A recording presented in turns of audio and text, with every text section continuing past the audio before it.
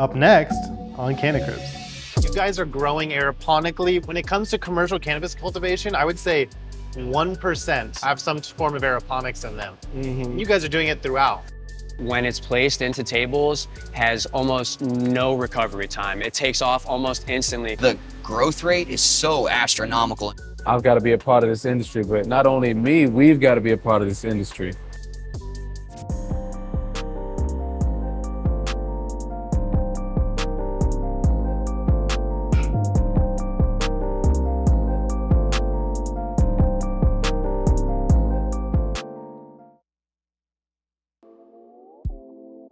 We're in Anna, Illinois, at what's soon to be the largest cannabis grow in Illinois and the largest aeroponic cannabis grow in the world. We're at Aeriz. Let's go inside and check out what they have going on. But first, make sure you like and subscribe because my mom said so. And stick around to the very end because we have Veg Manager joining us in the episode, representing his new brand, the 93 Boys. Let's go inside and check it out.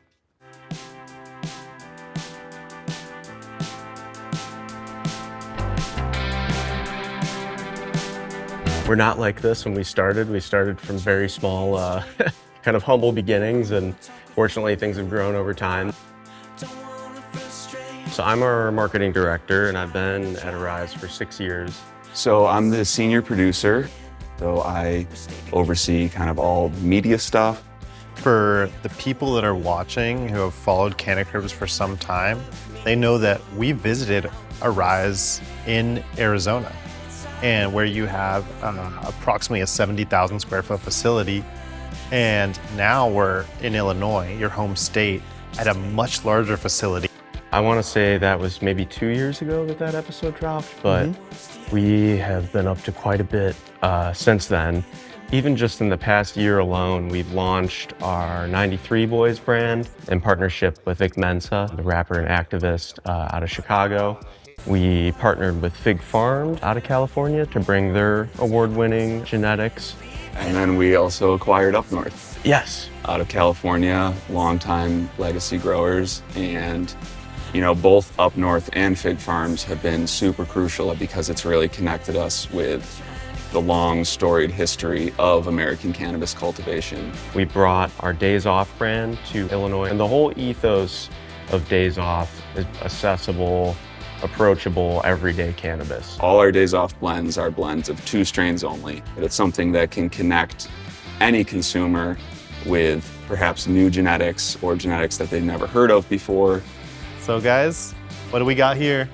So these are our Aeriz socks. I love that these guys are like Here, let me give you, I gotta give you the coordinating full. their socks I for gotta the give you the interview. How cute is that? I don't know. I kind of feel like I'm tripping on like DMT or something looking at that. You know, the Aeriz brand is all about the magical, dreamy qualities of consuming cannabis, all the way down to our socks. We try to make you feel like the world's a magical place.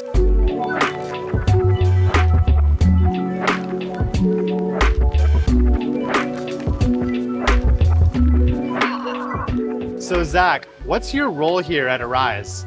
I'm the head grower here.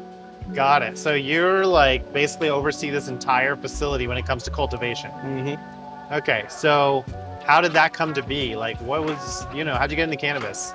So I kind of was at a point where I didn't know what I wanted to do, and I managed to get a job here about 7 years ago and came down and just started as a grower and helped even build the first tables we put in here. And 2 years later, I became the assistant head grower, and then a year later, I became the head grower. And Yeah, so from what I've deduced, you're kind of like self-taught in terms of growing cannabis, like going to trade shows, reading books, doing things at the facility. Well, you mentioned that you've actually like watched a fair amount of our videos before as you guys were building out this new building.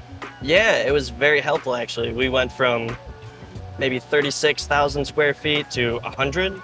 So that was a big scale jump, and seeing like the inside views of all these commercial grows was very handy to see like how they set up, how they organize, like what they use. Like, yeah, it was good to get a little insight. That's awesome. Let's jump into like your whole propagation methodology. I mean, you guys are growing aeroponically, which like when it comes to commercial cannabis cultivation, I would say 1% of all the commercial facilities out there have some form of aeroponics in them. You guys are doing it throughout. So why don't we start with propagation? So in propagation, we take around 2,400 cuttings, 2,500 a week to keep the cycle going. And because aeroponics is a little finicky, we plan for that. So we take about 30% extra, more than we need, so that the best survive. And then when we plant, only the best get moved into flower as well. And we're in a room, like I don't see any domes, but that's because this room is actually climate controlled. Our Right? crop room is actually also our mother room too. So we have a good VPD and a good temperature and humidity to sort of keep the clones on point as well. And the clones do well with no domes. Yeah, they've been working out pretty well for us. I mean, the crazy thing is you're growing mothers aeroponically. I thought even for sure, at least the mothers, you'd have them in cocoa or soil or something. Those mothers, how long do you keep them for? We keep them for about 12 weeks.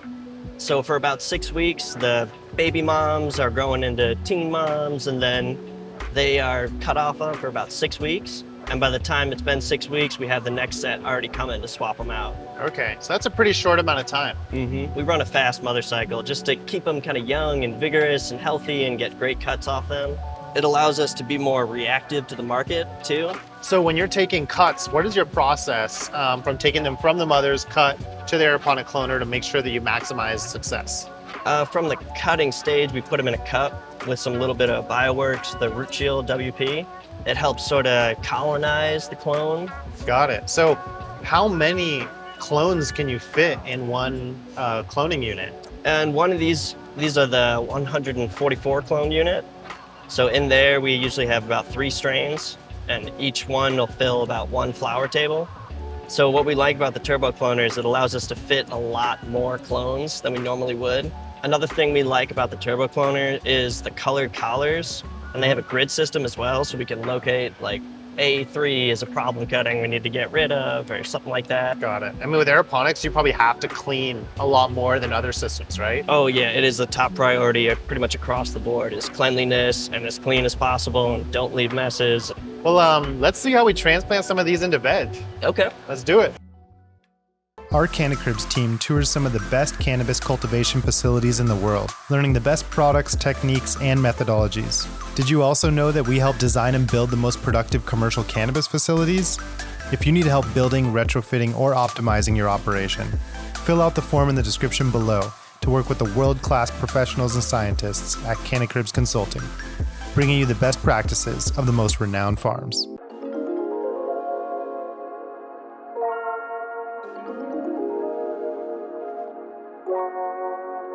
So I'm here with Keith and Mike from Fig Farms. You guys have built a very well-established brand, and now you're making your way across the country. Where did Fig Farms start? The brand started in before legalization in California.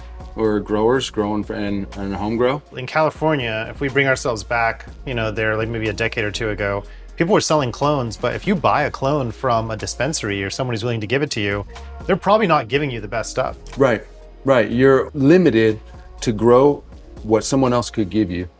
And that is really one of the reasons that we make our own strains. We don't want to be limited by other people's throwaways. We want to have something really unique that really has its own character and something that is personally desirable to us. Well, you guys have been breeding for a decade plus, so there has to be some type of process that tells you what's good, what's not good, what makes the Fig Farms cut versus what's just part of the R&D process. So can you tell us a little bit about how you choose what you're actually going to bring to market? It's a tough job. You start with 500 strains and you narrow it down to maybe 20 that you really like. It's got to smoke well, it's got to taste good all the way through the joint, and then it has to test well. It has to, sometimes we'll do a room for a phenohunt and end up with 0. Process isn't always fruitful. It's very expensive. It takes a lot of time. We had to form a committee. Keith and I would smoke all of the testers at first, and we started bringing more people in just to kind of diversify the flavor profiles that we're having. We think that the testing process really is the only way to stay relevant in the industry and really be on the cutting edge. Got it. And in Illinois and Arizona, Aeriz is a partner who cultivates the product. Correct. And helps bring it to market. And let's even talk about some of the strains. I think the cool thing we're doing with our relationship here is bringing genetics that are extremely unique. So the Bred by Us strains, Figment won the High Times Cup. That was grown here in Illinois. We've got our Animal Face, which won Emerald Cup in California. Like the doppelganger is a really good example of something that is bred with a Fig Farms female and a Fig Farms male. We pop a lot of our own seeds. We also pop a lot of everyone else's seeds. Guys, thank you so much again for coming down here. It was really a pleasure to meet you, and I'm really excited about the Fig Farms brand. I think I'm gonna maybe try and get some tonight. Awesome. Thank you. Thank you.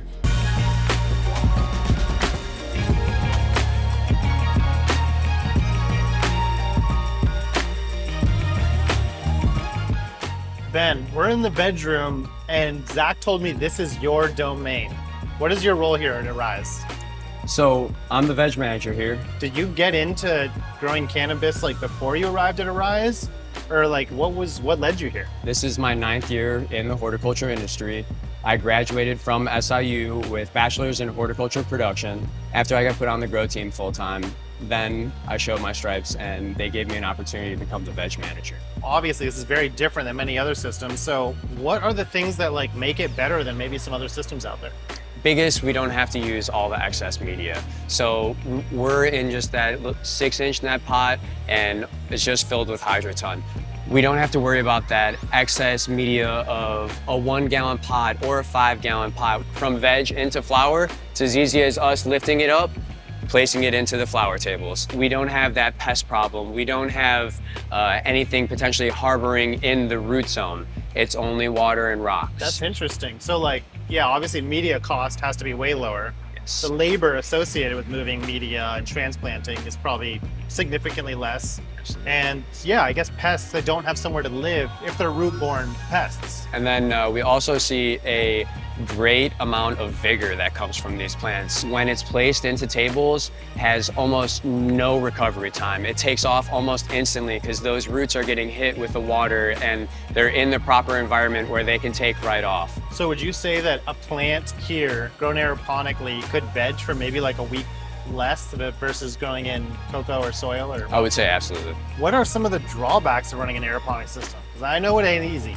Yes. So because we are in such a sensitive system, if our workers aren't attention to detail or being specific about what they're adding into our reservoirs, the littlest thing can cause catastrophic issues for us. We have one reservoir that is done that will feed all 8 tables at once. And along with that, different medias, if you were sitting here and we had a power outage situation or something happened, we would be able to kind of sit pretty for a couple hours. We're on pumps here. If our power goes out, we are absolutely screwed. So we have emergency generators just so that we have stuff backed up. Another thing, kind of a little bit of a disadvantage with us, is the initial setup for these are quite expensive. Got it. And I imagine you guys are very particular about the nutrients that go into this system, right? Yeah. Everything that we do here is custom. We hydrate all of our salts to our own private blend. So as we're going through, especially veg department, we usually start out at a typical 800 ppm, and before we're done, we leave with 1,000 ppm as they're going into flower. What are the light levels you have here? So when they first come in here, based on the height of the plant and the way the layout is, we're sitting kind of around 400 ppm. That gives us the nice little buffer and adjustment period going into our veg cycle. As they grow, they will grow in height. Usually we finish out at around 600 par. So the 600 par is kind of our buffer before we go into flower. When we alter the weeks, when we finish towards the end, we're sitting at that 600 ppfd, the 1,000 ppm scale. Got it. So in chatting with you guys are running a whole bunch of R&D on these like LED lights. You've been trying out a whole bunch of different ones. You guys are about to outfit this whole new expansion with this one company, Valoya, is it? Yes, Valoya. So we've done multiple tests and Valoya has been our absolute best lighting company that we've found so far. The stacking that we've seen on them, the node spacing, and overall the par levels and spectrum have been fantastic for us. Taking the par meter and checking the tables, it's very even instead of causing burn or something like that. We've had an increase in both our THC content and our terpene content. So what we found after doing all this R&D and everything, Valoya is the fixture that we're going to be using for the new expansion. Well, my man Ben, I had a good time hanging out with you. I think it's on to flower next. Sounds good. Appreciate it. Let's go transplant some plants. So Jeff, you're the CEO and co-founder of UpNorth. Let's chat about what UpNorth is. UpNorth, to me, is a perpetuation of local culture, and it comes through, it's powered through those genetics that were around in Humboldt forever. And so, like, for instance, our Durban came from southern Humboldt in the 70s, and the gentleman that's still growing it for us, this is like past multiple trap houses. We have the same guy growing it, 100 lights for us right now in California. That same cut of Durban, 20 years later. Your partnership up north with Aeriz, you're helping bring like really old classic Americana cannabis strains to the people in like Illinois and Arizona through the UpNorth brand in flower, pre-rolls, and extracts, I believe. Extracts are on the horizon, so yes, bringing those old genetics in, and I think that we have an opportunity, one, to reintroduce the consumer populace, and two, to cross some of the new stuff that's out there. So like we have the Durban, which is, you know, South African landrace strain out of Durban, South Africa. You guys are kind of making the Emerald Triangle, Humboldt County, these legacy growers we've heard about in the olden days accessible to the people here in Illinois. I mean, I think that like you're touching the culture, that old culture. You know, you're like, okay, I've heard about the train wrecks, I've heard about the Maui Wowies, I've heard about that Durban. It's the building blocks of where we are now in cannabis. So Jeff, what are some of the other strains that people can come to expect and see from UpNorth brand? Yeah, I mean, we've got the terps on all levels. So we've got some Florida oranges that we brought into the program. We've also got a bunch of really good purple stuff, Mendo Perps and stuff, which is an old strain. We've got Granddaddy Perps. How did the collaboration between Aeriz and UpNorth really happen? It's kind of dear to my heart. Aeriz is very ecologically sound in the way they do business. They're a carbon neutral business, and they actually give back to a lot of environmental restoration projects. One of the great things about Aeriz is, you know, they're able to create a consistent product, not only ecologically sound product, but a consistent product. You know, another thing that I don't think people mention, they might mention it a lot, is they're able to flush their weed to 0 parts per million.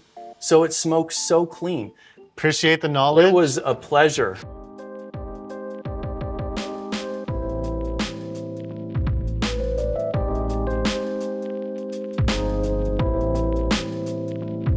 Luke, I'm pretty excited to chat with you because you have a crazy story, man. Like, first off, you are the flower manager, the entire department here at Aeriz. That's correct. And, you know, before this, you were actually stationed in Afghanistan. You were in the army for almost a decade. Sure. Let's chat about that. Yeah, for sure. So my first tour of duty in Afghanistan was from 2009 to 2010. We were in the Arghandab River Valley, just south of Kandahar City, which is one of the most fertile belts in the entire country. So because of that, there is a lot of crop cultivation that goes on there. Also another well-known area for cannabis. And honestly, that's where I really got bit with like the bug of cannabis, was overseas. It was really interesting to see it culturally, how it's treated differently over here as opposed to the United States. 2016, when I was medically retired out, I really dove in and started educating myself on cannabis and like how I can further myself in the field. Yeah, and it sounds like you've been here for just under 2 years, a quick ascension up to running the entire flower department. These plants, for example, let's even chat about what you feed them, the nutrient regimen. So our nutrient recipe is pretty across the board for everything. Age range will dictate the ppm levels for us, starting range all the way down to 1,000 and then operating all the way at a maximum range of 1,350. This situates us so that we know no matter what, at that scale, we're not gonna burn anything, we're not pushing anything too hard. All of our strains that are essentially in-house can handle that. Got it. So like you peak at around 1,300. What week is that in flower?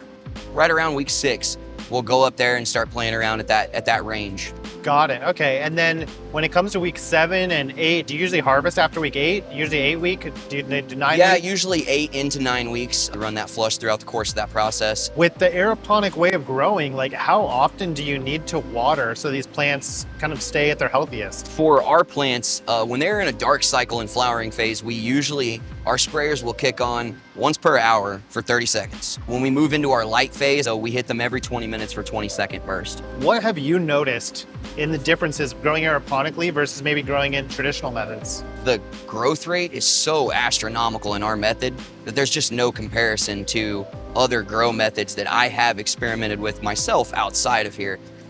You know, these rooms are pretty big. I see the lights are hung up pretty high. What kind of light levels do you guys like to keep here? So at our base level, when we first load our plants in, generally they're right around 800. We like to maximize somewhere around 1100. We have our lights situated and set to where that's generally our end state based upon the average finishing height of our plants, you know. Got it. Well, Luke, thank you for all the information. Pleasure meeting you. Hey, you too, man. Take it easy, bro. So Zach, we had a pretty long discussion about different lighting types and the fact that you guys are like R&Ding LEDs and moving over a lot of the facility to LEDs. Can you tell us like what kind of research and development you guys have done here at Aeriz? So basically we've talked with a lot of companies and had them, if they are willing to do it, send us some trial LEDs. So through those trials, like Valoya's turning out the best. Like they have specialized spectrums and they all tweak it differently, and Valoya's seems to be producing much higher quality plants. Like they seem greener, the leaves are bigger, more full, they seem happier and less stressed. Mainly, I think they have a UV spectrum in theirs too, which we are a big fan of so far. And also we've seen tighter internodal spacing as well. Another reason we went with Valoya is they were willing to work with us and see what our rooms and environmental factors could handle. Zach, I want to see some of these LEDs. All right, let's go see.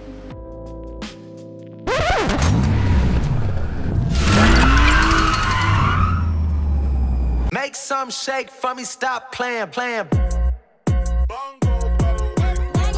On stepping, I'm a rockstar and Ramones. Big house dilemma, cribbo got too many rooms. Swish, I got shooters in the field, they running zones. When I switch, make some shake for me, stop playing. 93 boys, you ready to smoke? Chicago's first black-owned weed brand in the city. Let's go! Mr. Vic Mensa. It's an honor that you came down here to represent 93 Boys, but I don't want to get started with that yet. I want to talk about you and your relationship to cannabis, man. I mean, when did that start? How did that start? Coming of age in the city of Chicago, I started trying to sell weed, and my homies in high school, they were like, damn, man, you ain't even got no mids. I was like, no, that's what I got, G. Like, from there, I kind of became like a connoisseur. I really prided myself on my strains and my packaging. Yo, I was selling dispensary price eighths. Okay. One time I sold my neighbor an eighth for $90. I was so out of line. That hustling money was what funded all of my first studio sessions, what bought the discs.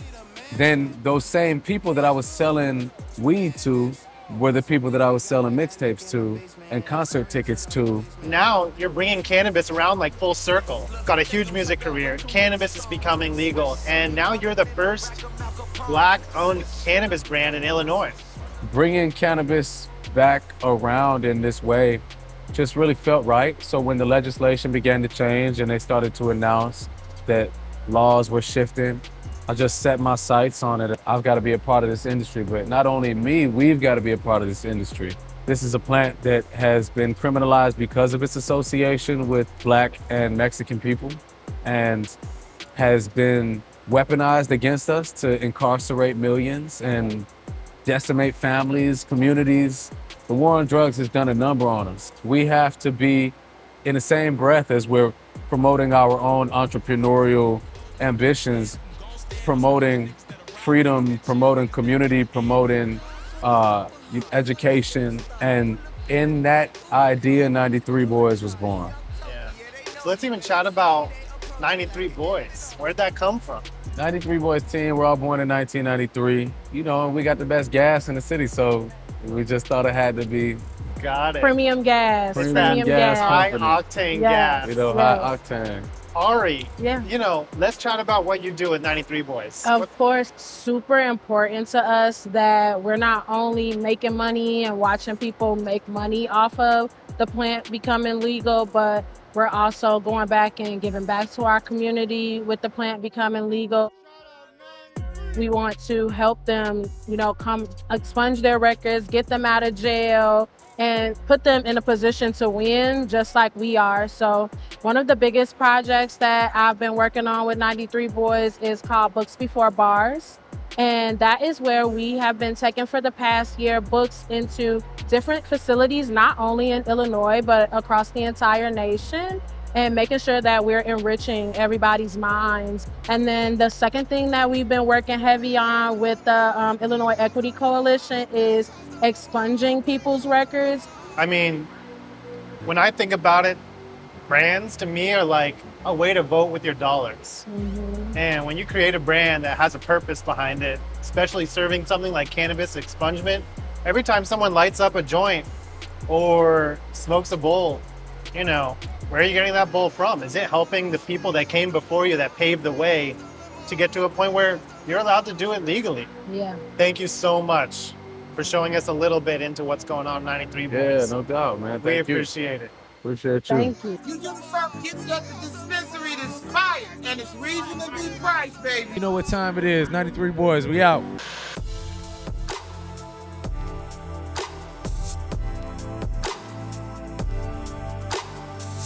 So Alicia, what's your role here at Aeris? I'm our office and QA manager. And QA stands for? Quality assurance. Making sure every bud turns as buddy and beautiful as possible when it gets to the end consumer, huh? Yeah, exactly. So Alicia, what stuff have you kind of automated or semi-automated here at Aeris? We have automated pre-rolls. We call them nug rolls.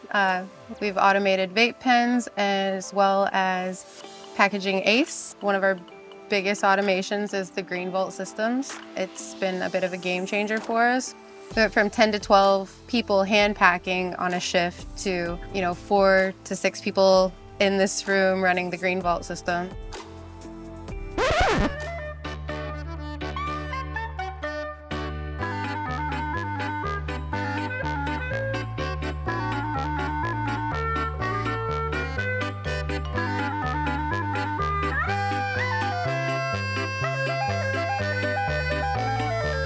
Arner, we film the largest, most sophisticated cannabis operations in the entire country. Your machine continues to be one of the most technologically sophisticated things I've ever seen. And now I see one that's like the Green Vault Systems Precision Batcher on steroids. So tell me what I'm looking at over here. This was our vision when we founded Green Vault, was fully automate end-to-end the packaging, the weighing and packaging of flower, right? While preserving 100% of the quality of the product, creating huge efficiency gains for our customers, while ensuring that the consumer gets a consistent, high-quality product every time. So I saw you at King's Garden, I saw you at High Life Farms, and at those facilities, you showed me the air kush technology and the fact that you guys patented something where I've seen other batchers before, but yours is the only one, since it's patented, that actually moves the bud via air instead of like vibrating it, right? That's correct. So this is still the only machine that's designed and built from the ground up solely for the purpose of weighing flower. It uses gentle puffs of air to move the product, and we only engineer and design equipment for cannabis flower. We design all of our equipment to meet EU GMP pharma regulations. For example, on our auto feed, which we just released, the belting is a pharmaceutical grade material that clips, one clip, pull it out, the whole belt comes off, everything opens up to make everything really easy to get to by hand, wipe down quickly. The Precision Batcher, specifically made for cannabis, and as I understand it, you've made these modular components that now attach onto it. Can we chat about exactly what those are and what they do? We first developed the Precision Batcher.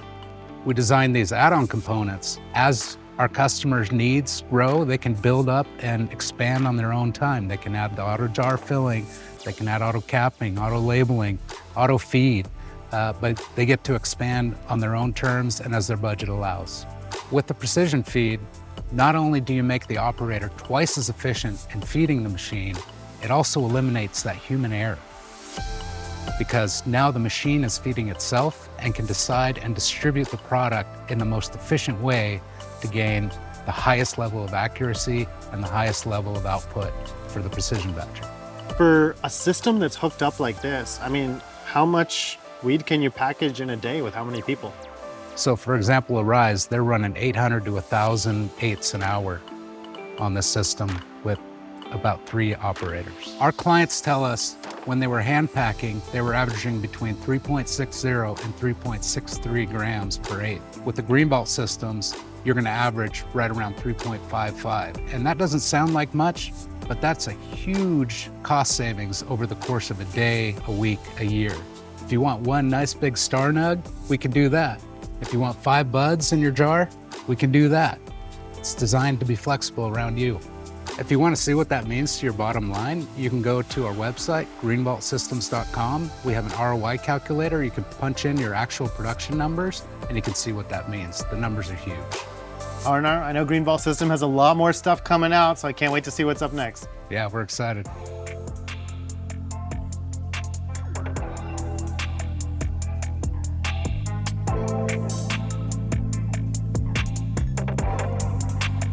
So Jared, I understand you are the extraction lab manager.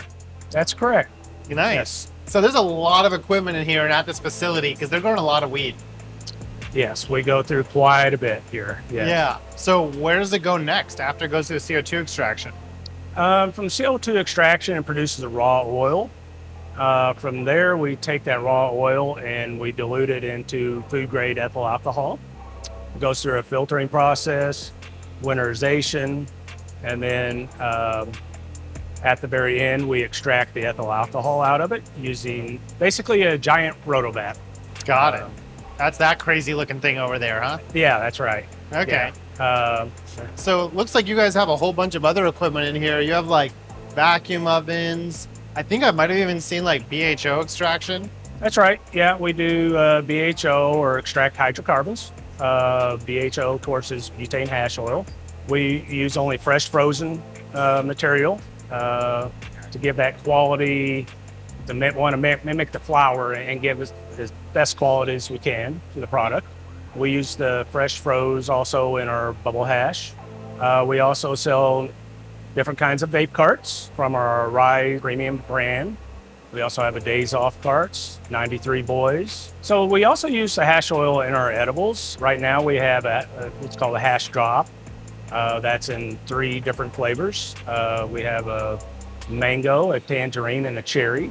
So you guys are also one of the largest vape producers and sellers in Illinois, and I guess you guys are extremely well known for your vape cartridges. Yeah, that's right. We manufacture over 24,000 vapes a week. We want to try to marry the quality of our oil to the quality of the cart, so we went with CannaBrand Solutions. CannaBrand Solutions visit our Arizona plant where they calibrated their carts with our oil. Yeah, I think we have Danny over here where I want to do kind of like a deep dive into vape carts because like I've used them. I've used ones that are horrible, I've used ones that are great, and I don't really know what the difference is. Okay. Maybe Danny here can explain it to us.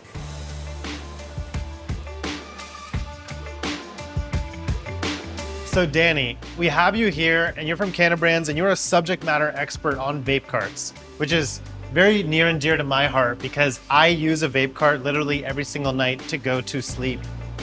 You guys, from what I heard, Aeris ended up working with you to make a custom cart that works with the viscosity of their oil.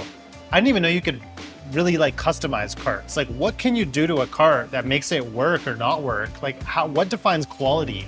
Yeah, the setting of the voltage on the battery, the electric resistance setting, as well as the drip holes or aperture holes, which feed into the atomizer. Got it. Okay, so then what would you do to a cart to make it work well with something that's more viscous, like more oily, more thick?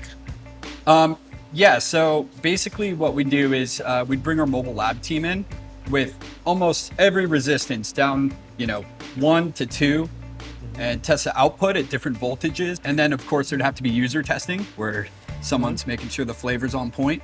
Yeah. But we dial that in. We even have a puff machine that imitates someone inhaling. It's got a filter, and then we're weighing the filter before and after to figure out the total particulate matter of THC. So machines are smoking weed now. Machines are smoking weed, the robots are taking over. They are, dude. Yeah. Well, maybe we can slow down the AI if we just have them take some more vape carts, you know? Right. So Danny, I understand that you and Aeris are working on like even just a new and improved kind of vape cart that just is using newer technology. Can we chat about that? Aeris is transitioning to the C-Cell Evo platform, which is basically the next generation of the porous ceramic core technology, right? So we specially formulated the ceramic. It has 30% more surface area. What we found is there's 20% more output of vapor because it holds more material that could then be vaporized. Because it's smaller, right? It doesn't have to be heated as high. All of the pores are the same size. So that means terpene and cannabinoid molecules can all be fed in there. So more flavor because of that. Okay. Yep. Cool. Well, man, I mean, I want to smoke one of these. Let's go smoke some vapes. All right, let's do it.